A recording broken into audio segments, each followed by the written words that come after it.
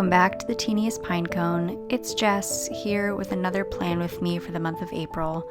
This month's theme is Illuminated Manuscripts, and I'm really excited to show you my process.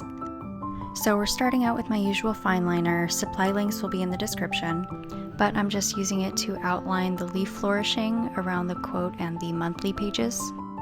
I used many different references for these spreads, and in doing so, apart from my already existing love and obsession for the illuminated art form, I've really come to respect the technical brilliance behind the illuminated manuscript.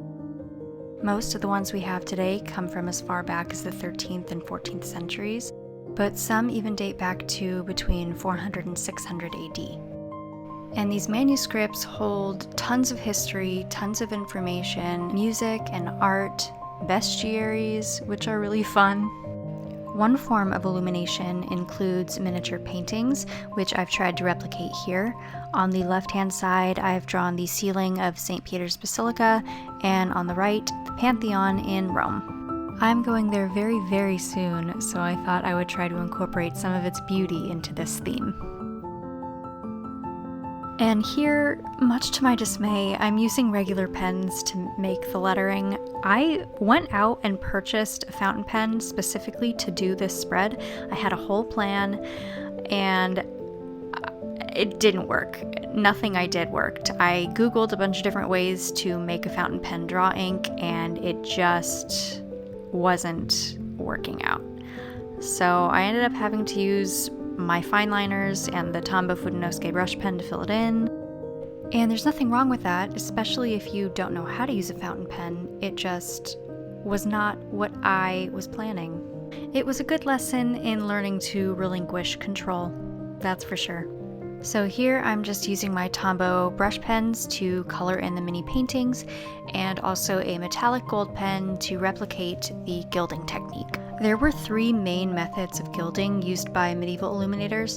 Two of them used gold leaf, and the third was the process of grinding gold down into a fine powder, mixing it with some kind of wet glue, and using a brush to spread it like gold paint. I did not have any spare gold lying around, so I opted for the easier technique of using a pen instead, which honestly turned out to be a lot duller than I was expecting. I was planning on using my gold Uniball gel pen, but I noticed that was running a little bit low on ink, so I ended up using it sporadically on some little flourishings to decorate some leaves here and there. Just another instance in which I had to submit to the process and not get bothered by little things.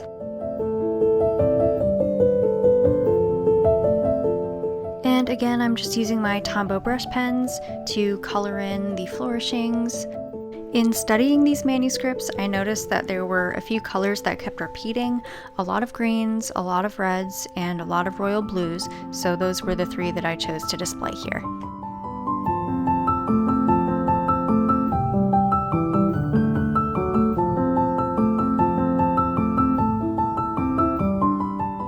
And finally, the quote and last component to this spread that I have chosen is, "Rome is not like any other city.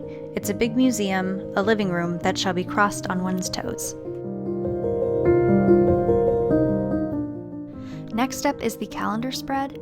And you won't see me use a ruler in really any of my spreads very often, but since there are so many exact elements in illuminated manuscripts, I figured there really was no better time.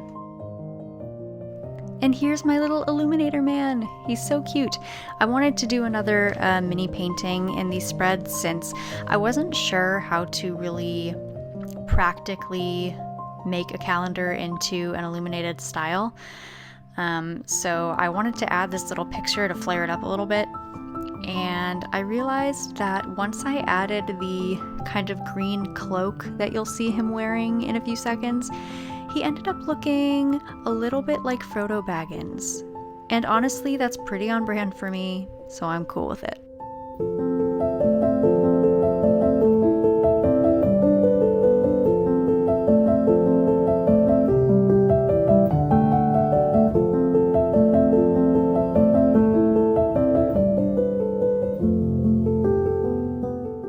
I also decided to use Roman numerals for the dates instead of regular numbers.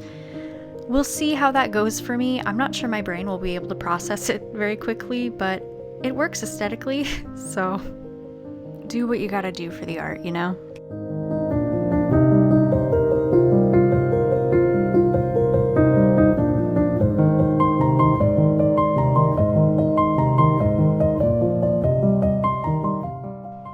And this was just a very, very simple note section. I think I'm realizing now what I should have done with this spread is really go ham on the illuminated letters. Since there's not much in the way of true illustration and also an excess of negative space, it probably would have benefited from that. But to be fair, as ornate as illuminated manuscripts are, there are some very, very quiet and simple ones, so I'm just going to chalk it up to giving you the full spectrum, the full experience. And here I've added some thistle to embellish my illuminated letter. Thistle is my favorite flower in the world. Or is it actually considered a flower? It's not a weed, right? That's a misconception. Whatever it is, it's my favorite. Specifically the blue sea holly variety, which I've depicted here, which also would have been my main wedding flower had the virus not erupted the world into chaos. It still stings. Next up is the ever unused habit tracker. And I say that because I maybe have consistently used my habit tracker for all of 1 month and really haven't since. Is it because I forget to fill them out? Half the time. Is it because I just don't do them? The other half of the time. But I knew I definitely needed one this month because I needed to make one in the style of illuminated sheet music. It's so beautiful to look at, and I knew I wanted to incorporate it anyway, but the more I looked at them, the more I realized each individual music staff just looked like a habit tracker to me. So that is what I have done. I've decided to forego the typical habit tracker monthly box in lieu of a music staff for each habit. And I think that works out better for me because I'll have more leniency in deciding where to put the dots. And by the end of the month, it should look like each staff has its own unique melody.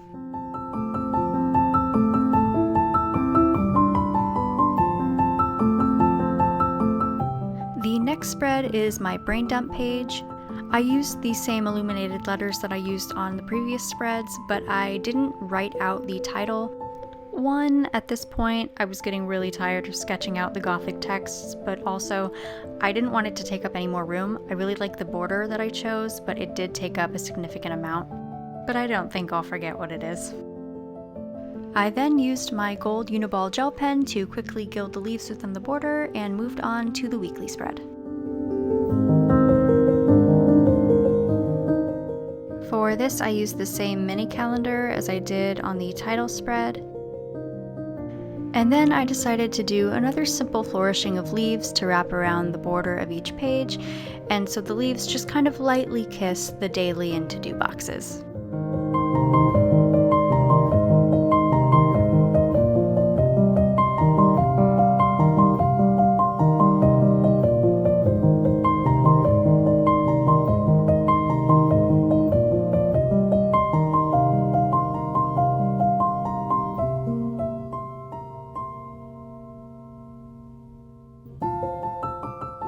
And I used the same Recollections pen to border all of the daily boxes, as well as border the illuminated letters. And watching this, you might be thinking, Jess, you have a ruler with a square space etched into it.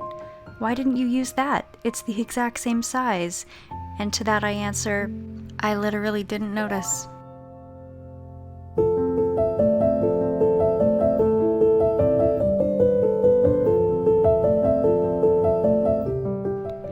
And once I was done coloring in all the leaves, I decided to do yet another miniature painting, this time of the view of and around the Sant'Angelo Bridge. Though, if I'm being honest, I think I prefer it when it was still in the sketch phase. I think as soon as I added the Tombows, it just kind of muddied everything up, and I did what I could to try and fix it, and then I was doing too much, and I don't know. Classic case of you don't know when to stop.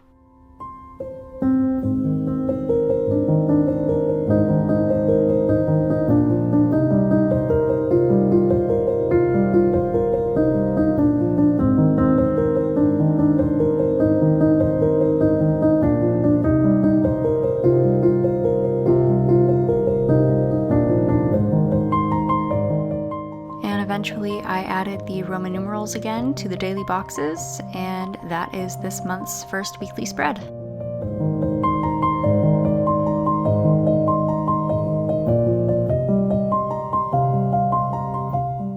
So that is April's plan with me. I hope you enjoyed it. It was fun to make. It was torturous to make. We got through it. But I do love the spread and am so grateful I finally had a chance to live out my Illuminator dreams. Links are in the description, including my Instagram. See you next time.